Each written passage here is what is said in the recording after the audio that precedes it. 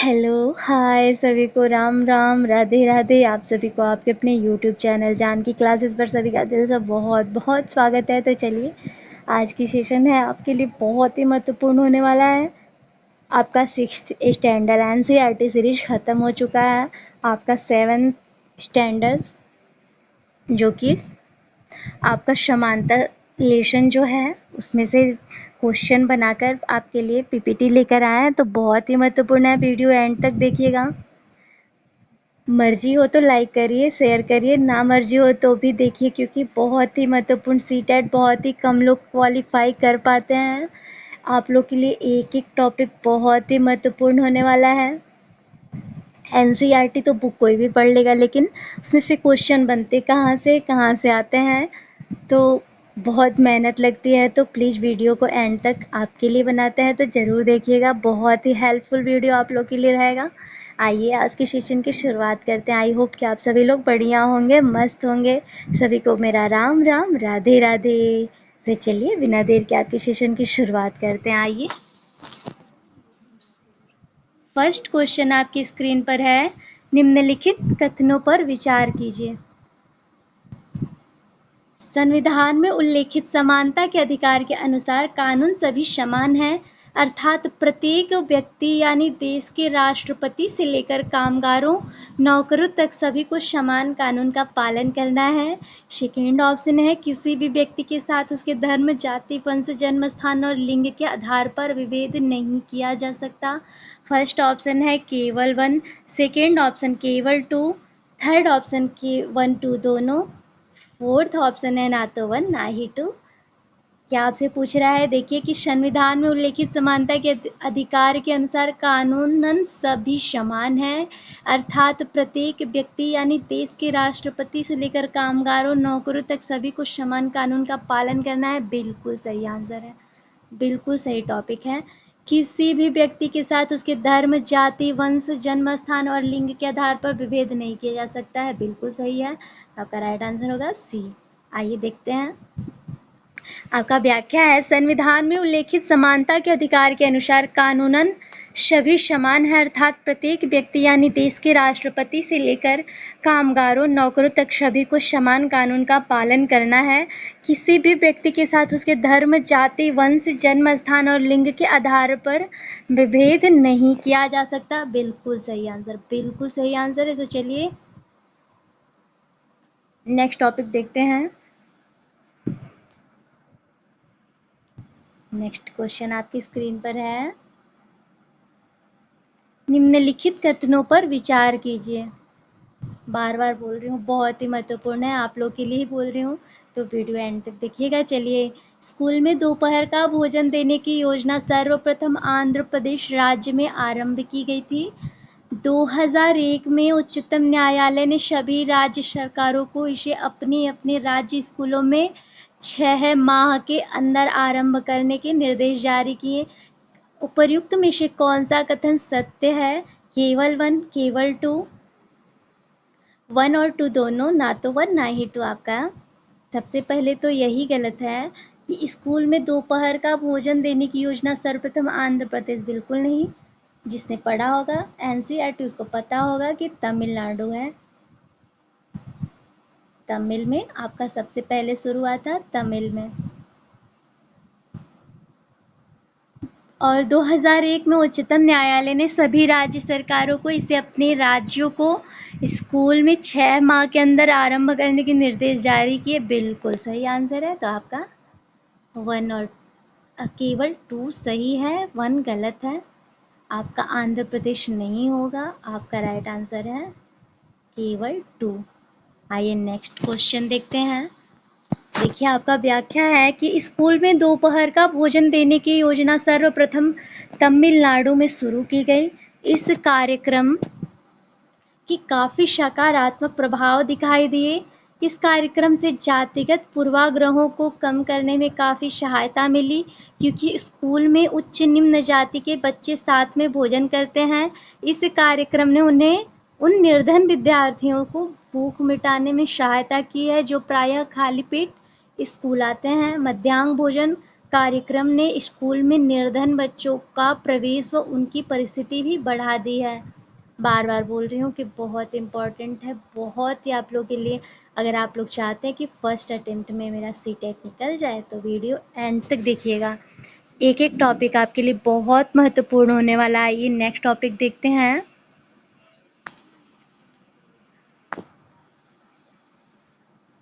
I think ये सबने रोजा पार्क्स के बारे में पढ़ा होगा। रोजा पार्क्स के विद्रोही प्रतिक्रिया से अमेरिका में अफ्रीकी अमेरिकियों के साथ असमानता को लेकर एक विशाल आंदोलन आरंभ हो गया, जो नागरिक अधिकार आंदोलन सिविल राइट्स मूवमेंट कहलाया। सेकेंड है, अमेरिका के 1964 के नागरिक अधिकार अधिनियम ने नस्ल, धर्म और राष्ट्रीय मूल के अधिकार पर भेदभाव को निषेध कर दिया व अफ्रीकी अमेरिकी बच्चों के लिए सभी स्कूलों के दरवाजे भी खोल दिए गए। उपर्युक्त में से कौन सा कथन सत्य है? केवल 1, केवल 2, 1 और 2 दोनों। आप ना तो 1 ना ही 2। आपका राइट आंसर होगा 1 और 2 दोनों। रोजा पार्क्स एक लेडी थी जो अमेरिका में अफ्रीकी अमेरिकियों के साथ असमानता को लेकर एक विशाल आंदोलन हुआ, जो नागरिक अधिकार आंदोलन सिविल राइट्स मूवमेंट कहलाया। उसमें रोजा पार्क्स ने भी भाग लिया था। ये देखिए, सिविल राइट्स मूवमेंट की शुरुआत करने का श्रेय अफ्रीकी अमेरिकी महिला रोजा पार्क्स को जाता है। इसी आंदोलन के द्वारा 1964 में नस्ल, धर्म व राष्ट्रीय मूल के आधार पर भेदभाव का निषेध कर दिया, अतः दोनों कथन सत्य हैं। एक एक टॉपिक इतना महत्वपूर्ण होने वाला है कि अगर आप लोग रेगुलर क्लास लेते हो तो आप लोग का सीटेट फर्स्ट अटेम्प्ट में ज़रूर निकलेगा। ये 100% गारंटी मेरी है, क्योंकि एनसीईआरटी के बाहर कुछ नहीं बनता है।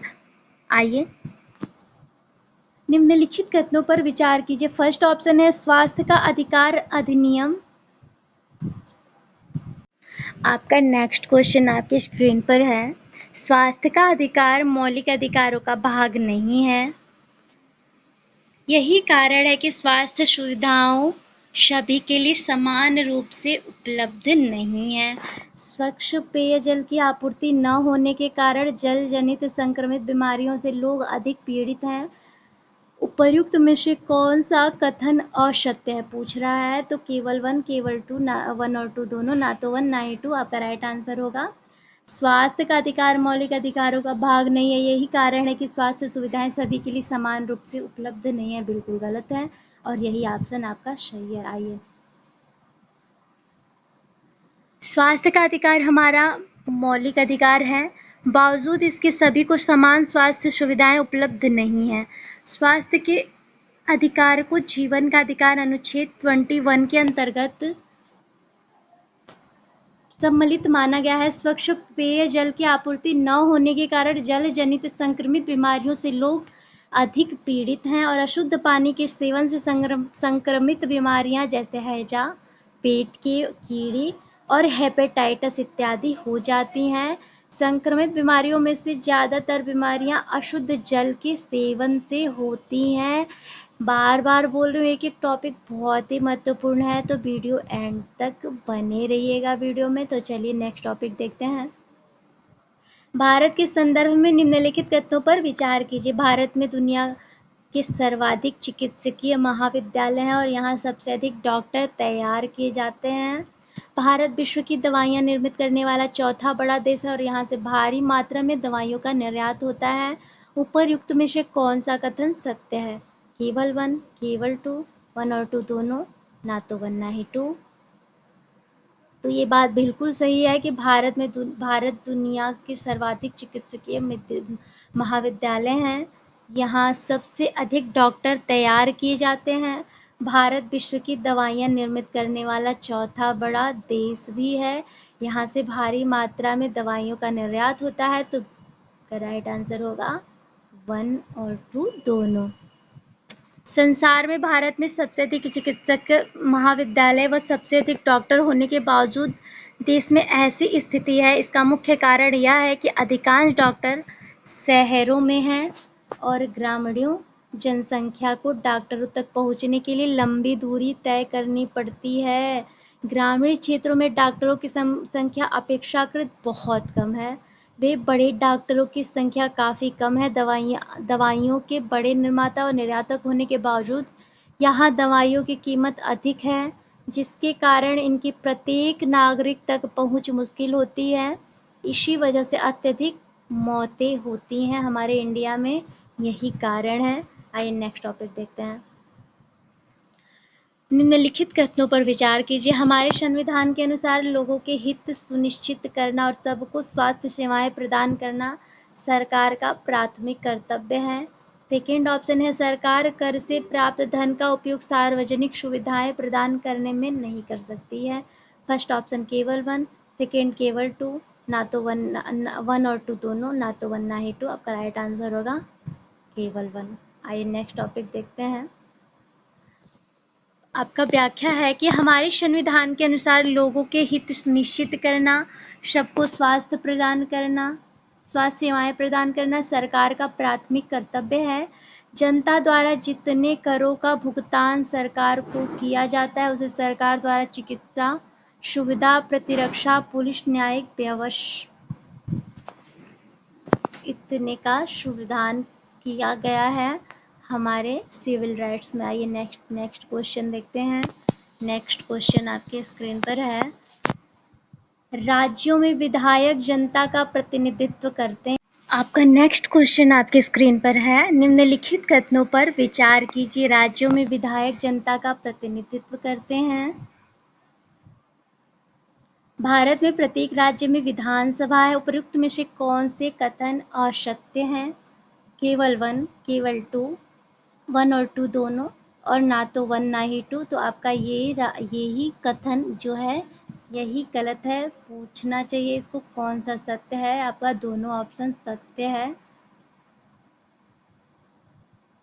कौन सा कथन सत्य है? तो आपका 1 और 2 दोनों सही है। आइए देखते हैं। भारत के प्रत्येक राज्य में विधानसभा है और हर राज्य में कई निर्वाचन क्षेत्रों में बटा होता है।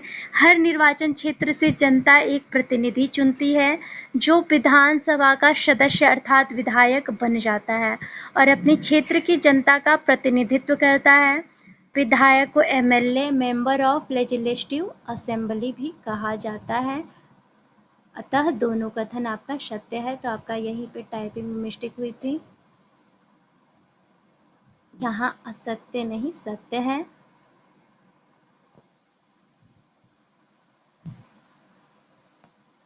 आइए नेक्स्ट क्वेश्चन देखते हैं। सन 2006 में कानून बनाकर घरेलू शारीरिक और मानसिक हिंसा से पीड़ित औरतों को कानूनी सुरक्षा प्रदान की गई। सेकेंड ऑप्शन है 1977 में सर्वोच्च न्यायालय ने कार्य करने के स्थान पर और शैक्षणिक संस्थानों में महिलाओं के साथ होने वाली यौन प्रताड़ना से उन्हें सुरक्षा प्रदान करने हेतु दिशा निर्देश जारी किया, जिन्हें विशाखा गाइडलाइंस कहते हैं। थर्ड ऑप्शन है 8 मार्च को अंतर्राष्ट्रीय महिला दिवस के रूप में मनाया जाता है। कौन सा कथन सत्य है? केवल 1 और 2, केवल 1, केवल 3, केवल 2 एंड 3, उपर्युक्त सभी। तो आपका राइट आंसर होगा उपर्युक्त सभी। आपका ये भी ऑप्शन सही है कि सन 2006 में कानून बनाकर घरेलू शारीरिक और मानसिक हिंसा से पीड़ित औरतों को कानूनी सुरक्षा प्रदान की गई, बिल्कुल सही है। 1977 में सर्वोच्च न्यायालय ने कार्य करने के स्थान पर और शैक्षणिक संस्थानों में महिलाओं के साथ होने वाली यौन प्रताड़ना से उन्हें सुरक्षा प्रदान करने हेतु निर्देश जारी किया, जिन्हें विशाखा गाइडलाइंस कहते हैं, बिल्कुल सही। 8 मार्च को अंतर्राष्ट्रीय महिला दिवस के रूप में मनाया जाता है। आपका ये भी कथन बिल्कुल सही है। तो चलिए आज का सेशन यहीं पर समाप्त होता है। मिलते हैं सभी को नेक्स्ट वीडियो में। तब तक के लिए सभी को मेरा राम राम, राधे राधे। वीडियो अगर स्टार्ट करिएगा तो एंड तक ज़रूर देखिएगा। वीडियो पसंद आए तो लाइक शेयर एंड सब्सक्राइब करिएगा, कोई फोर्स नहीं है। चलिए मिलता है सभी को नेक्स्ट वीडियो में। तब तक के लिए सभी को राम राम, राधे राधे।